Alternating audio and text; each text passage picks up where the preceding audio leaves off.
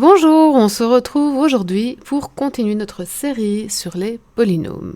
Tout savoir sur les polynômes. Nous en sommes aux opérations et nous avons déjà abordé pas mal de choses, l'addition, la soustraction, la multiplication et même la division, mais nous allons continuer dans cette vidéo à explorer la division. En effet, il nous reste à voir des situations où le coefficient du terme de plus haute puissance n'est pas 1, d'accord? Donc c'est ce que nous avons mis dans l'exemple qui suit.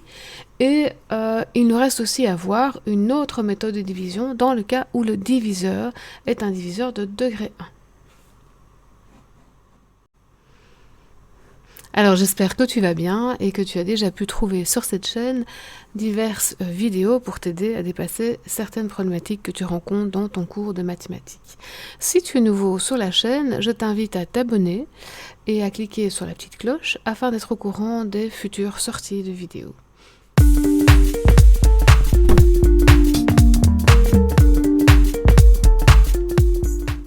Alors nous reprenons la méthode de division euclidienne vue dans la vidéo précédente. Pour rappel, nous mettons du côté gauche de la barre verticale le dividende et de l'autre côté le diviseur.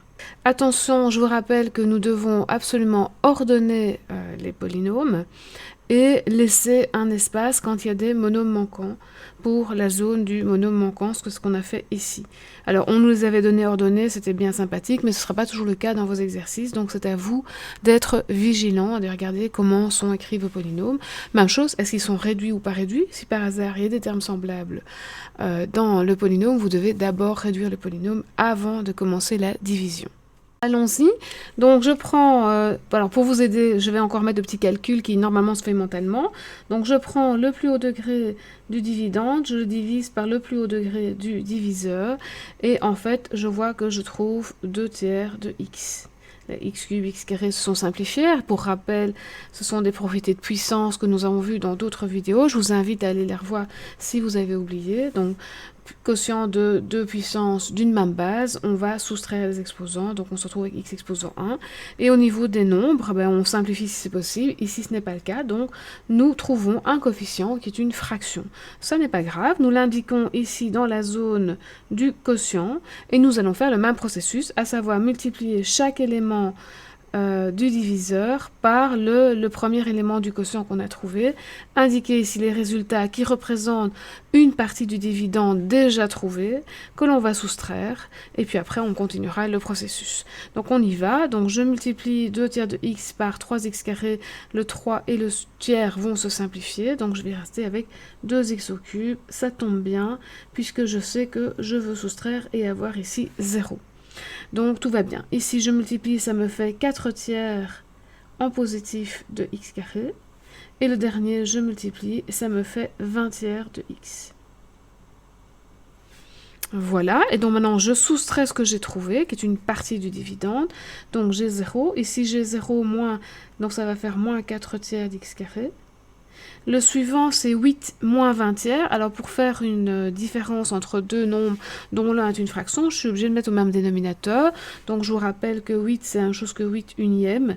Donc, si je le mets en tiers, je fais x 3. Hein. Donc, ça me fait 24 tiers. Donc, j'ai ici 24 tiers de x moins 20 tiers de x. Ça me fait donc plus 4 tiers de x. Et puis, le petit 9 que je descends ici. Donc je vous rappelle que le processus de division se base sur la fameuse formule que vous connaissez déjà depuis l'école primaire, hein, quand vous avez vu la division. Le dividende, c'est-à-dire l'élément qui se fait diviser, est égal au produit du diviseur par le quotient, donc diviseur par le quotient, et avec éventuellement un reste quand la division n'est pas exacte. Et ça, nous le verrons quand nous ne pourrons plus faire de division, nous verrons si nous avons 0, donc pas de reste, ou quelque chose d'autre, donc un reste. Alors, on continue. Donc, maintenant qu'on a réduit ce qu'on avait déjà calculé, donc il nous reste maintenant ceci qui fait partie du dividende à retrouver. Et donc, nous prenons le terme de plus haute puissance qui est moins 4 tiers de x carré et nous le divisons par le terme de plus haute puissance du diviseur. Ça nous donne ceci comme calcul. Donc, il faut gérer les fractions, mais pas de panique, hein, tout va bien se passer. Donc, déjà, on voit que les x carrés vont se simplifier. Donc il n'y a plus de variable. Et je vous rappelle que diviser une fraction par un nombre, c'est multiplier par son inverse, et donc par l'inverse de ce qui divise. Hein. Et donc ça nous donne ici moins 4 neuvièmes. Donc voilà la réponse, moins 4 neuvièmes. Et donc à nouveau, je prends ce que je viens de trouver, je multiplie par chacun des éléments du diviseur, et je viens écrire ça ici. Alors moins 4 neuvièmes fois 3, ça va me donner moins 4 tiers d'x carré. Ensuite, moins 4 neuvièmes fois 2, ça va me donner moins 8 neuvièmes de x. Et puis, moins 4 neuvièmes fois 10, ça va me donner moins 40 neuvièmes. Tout ça, je soustrais. Hop, et qu'est-ce qui me reste? Ça s'en va, ça tombe bien. C'est ce qu'il nous faut, hein, absolument. Alors j'ai ici plus 4 tiers, moins, donc plus 8 neuvièmes. Donc, à nouveau, j'ai 4 tiers et j'ai 8 neuvièmes. Donc, il faut que je transforme ceci, d'accord, en neuvième. Donc, je vais faire x3. Donc, au-dessus, je fais x3, ça va me donner 12 neuvièmes. D'accord, donc on y va. J'ai 12 neuvièmes de x plus 8 neuvièmes. Ça me fait plus 20 neuvièmes de x. Et ici, même chose, c'est sur 1, hein, 9 sur 1 à mettre en neuvième, donc ça me donne 81. Donc 81 neuvième plus, donc 40, pardon, moins, donc ça fait plus. Donc 81 neuvième plus 40 neuvième, ça me fait plus 121 neuvième. Voilà, je regarde le degré, je vois que c'est de degré 1. Autrement dit, c'est inférieur au degré du quotient, qui lui est de degré 2. D'accord, et donc je sais que j'arrête, j'ai affaire ici au reste. Et donc j'ai ici affaire au quotient. J'ai donc résolu l'exercice, même si les coefficients n'étaient pas a priori sympathiques. Tout se passe bien, ça se gère avec des fractions. Vous faites ça calmement, il n'y a pas lieu de paniquer parce que ce serait des fractions. Alors pour terminer, certains de vos enseignants vont peut-être demander comme réponse finale de l'exercice de réécrire la relation qui est ici. Donc nous pouvons réécrire le dividende qui est 2x cube.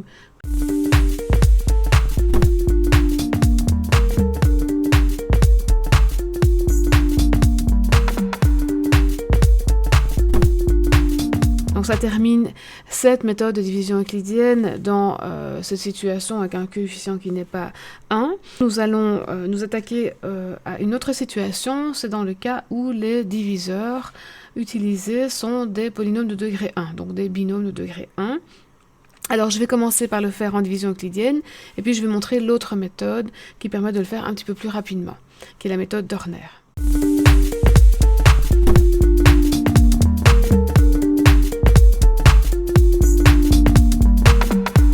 Donc voilà, rapidement avec la division euclidienne, donc j'ai pris un nouveau polynôme qui va jouer le rôle du diviseur, qui est le polynôme x-1. Et donc on y va, je divise le plus haut degré 2x cube par x et je trouve 2x carré. D'ailleurs, voilà, je ne vais pas écrire les petits calculs, hein, donc on va faire comme si on était en classe ou à l'interrogation. Et donc vous êtes supposé faire ça mentalement, donc il s'agit de s'entraîner pour y arriver. Ensuite, je vais remultiplier, donc ça me fait 2x au cube moins 2x carré. On a bien sûr bien ordonné les polynômes, laissé la place quand il y a des polynômes manquants. On soustrait ce qu'on vient de trouver. Hop, on a ici rien, ce qu'il faut. Plus 2x carré. On descend les deux autres, plus 8x plus 9. On recommence, on prend le plus haut degré 2x carré, on divise par x. Donc ça fait plus 2x. On multiplie, donc ça fait ici 2x carré moins 2x. Et on soustrait. Hop, on a ici 0, c'est ce qu'il nous faut. 8x moins 2x, donc ça fait 8x plus 2x, ça fait donc 10x. Et ici, on a toujours le petit 9 qui descend. On recommence, 10x divisé par x, ça fait 10. On multiplie, 10x moins 10. On soustrait, et on a ici 0, c'est ce qu'il nous faut. Et ensuite, on a 9 plus 10 qui fait 19. Ceci ne se divise pas par x, donc ça nous donne le reste. La division n'est pas exacte, ceci nous donne le quotient. Ok, alors nous allons maintenant regarder l'autre méthode qui permet de faire cette division dans ce cas précis d'un diviseur de degré 1 de façon un petit peu plus rapide. Alors, qu'est-ce qui se passe dans cette méthode? Nous allons d'abord positionner sur la première ligne du tableau, ici en horizontal, en commençant à droite de cette première barre verticale. Donc sur cette première ligne, nous allons positionner les coefficients du dividende. Bien sûr, le dividende ordonné est complété, donc je vais écrire ici 2x cube. Ensuite, je n'ai pas d'x carré, donc je vais mettre un 0. je vais mettre le X, et alors tout seul, dans la dernière colonne, nous mettons le terme indépendant, donc le terme sans variable. Alors, ensuite, nous allons descendre tout simplement sur la ligne qui est ici, le premier coefficient tel quel. Alors, nous allons aussi faire apparaître un élément qui est important, qui est ici, et qui est le 0 du diviseur. D'accord? Donc ici, je mets 1. Pourquoi? Parce qu'en fait, quand je cherche le 0, qu'est-ce que je fais? Je fais x moins 1 égale à 0, et je trouve x égale à 1. Donc, je le positionne ici. Ensuite, je vais multiplier l'élément qui est là par ce fameux 0. Donc 2 fois 1, ça fait 2, donc je vais l'indiquer ici.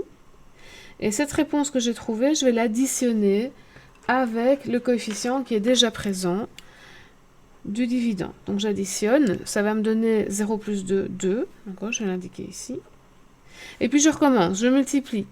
Et donc je vais mettre la réponse ici, ça fait 2 également, je vais additionner également, et donc ça me fait 10. Je recommence, je multiplie, je viens le mettre ici, et j'additionne, et ça me fait 19. Voilà, j'ai terminé. Il ne me reste plus qu'à interpréter ce que j'ai trouvé. Alors, qu'est-ce que j'ai trouvé? Simplement, sur la dernière ligne, les coefficients du quotient.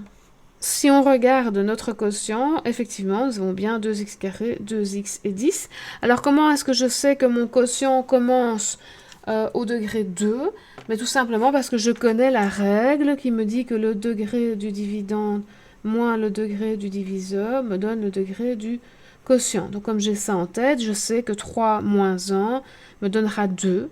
Et donc je sais que je commence au x carré. Donc 2x carré plus 2x plus 10. Qu'est-ce que j'ai ici? Si je regarde mon calcul, j'ai simplement le reste de la division. Voilà, donc cette méthode assez rapide me permet au départ des coefficients dividendes du 0 du diviseur de trouver très vite les coefficients du quotient. L'arrêt des degrés me permet de savoir à quel degré commence mon quotient.